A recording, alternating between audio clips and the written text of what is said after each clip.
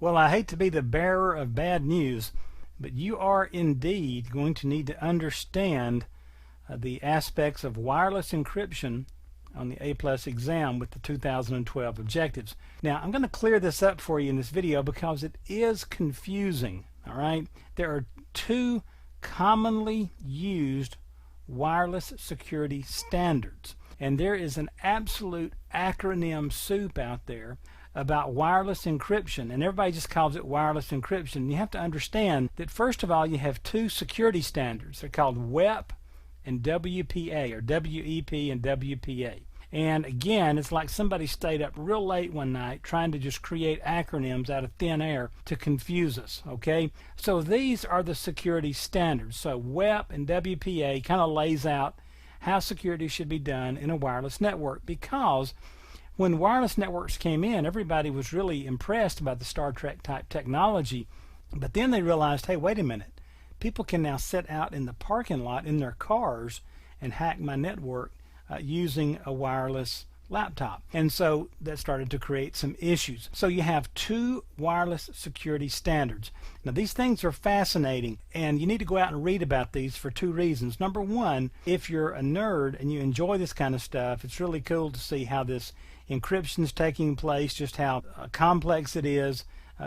All that's happening here is pretty cool. Also, if you don't particularly enjoy this stuff, this is some great stuff to read on those nights when you're having trouble going to sleep. Trust me, it'll take care of the problem for you, okay? Now, so we've got two wireless security standards, WEP and WPA, and these two standards utilize two different encryption processes or methodologies or protocols, or however you want to call that, okay? But this is what actually runs the data through the encryption process. There was one called TKIP, and there's one called AES. And so when you look at these four acronyms, in most places where they're talking about wireless security, they're interchanged as if, you know, there's four different ways of doing this. Well, actually, there's really two different ways, and those two different ways employ two different encryption processes. And these things have changed around over time to help confuse us. And there are more versions of these, but here's the basics. First of all, WEP stands for Wired Equivalent Privacy. And this was really kind of the first shot at wireless security. It had a single 64-bit key. It was very easy to set up, and it was also very easy to break into. The FBI, different agencies, have broken WEP keys in as little as like 6 minutes. All right, so this was not a good idea. It was kind of touted as security early on, but it became pretty obvious very quickly that this was not very secure. Then WPA came along, and then WPA2. Now these both do basically the same thing. WPA stands for Wi-Fi Protected Access, and it generates a new 128-bit key after 10,000 packets of data. So even if I capture your packets and somehow figure out the key, after 10,000 packets, I've got to start over again, okay? And so this 128-bit key. WPA2 works really in the same manner, but it uses 256-bit keys, all right? And that's not twice as hard to break into. It is exponentially harder, and it actually doubles every time for every one between 128 and 256.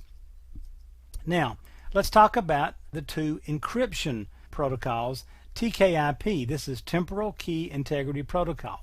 Now, back when they figured out that WEP was kind of an accident waiting to happen, and WEP was not going to be nearly as secure as what was needed, they came up with the idea of keeping the WEP umbrella, if you will, but they wanted to put a different encryption algorithm in there, and so TKIP is what they came up with. This was designed to improve WEP, and the reason they chose TKIP and went this route because there was a lot of hardware out there in the marketplace. They didn't want to change the wireless encryption and protection and then say, okay, now everybody's got to go buy new hardware to get this done. And so what they did is they incorporated TKIP, and then you could upgrade to this just with a firmware upgrade on your router. Now for the average user, you might as well have asked for new hardware because they simply cannot figure out how to do a firmware upgrade, right? But anyway, this was used also later on as the encryption process for WPA. And again, all this was done because it could be used on WEP hardware with just a firmware upgrade. Now, it was still vulnerable to attacks that were similar to what was taking place in WEP because of architecture issues, and it did discourage some of the old style WEP attacks, but it was better than WEP, but is not as strong as AES. And that's a perfect segue into AES, Advanced Encryption Standard. And I want to go into what's going on under the hood, but just for fun, not for the exam, they won't go this deep, but just for fun, go out and read what happens with Advanced Encryption Standard when the data is being encrypted. It's pretty wild stuff. Anyway, this replaced TKIP. This encryption method was implemented in WPA2. It is right now the preferred encryption method out there. And so if you want the absolute best, if you get a question on the exam about which is best, and they'll call WEP, WPA, TKIP, or AES, AES is the best encryption standard. WPA2 is the best security standard, or the entire security standard. So that, I hope this kind of clears up some of that acronym soup. Now keep in mind, if you go out there and dig around the internet, you will see there's a bunch of different versions of WPA, little hyphens with things after them, and they all offer different features and so forth. But the bottom line is WPA2 is using AES encryption, and it's incredibly strong, and that's kind of the bottom line with this whole wireless encryption world. Just kind of watch this a couple of times, get comfortable with it, and if you'd like, go out and read a little bit more for a little bit more in-depth information.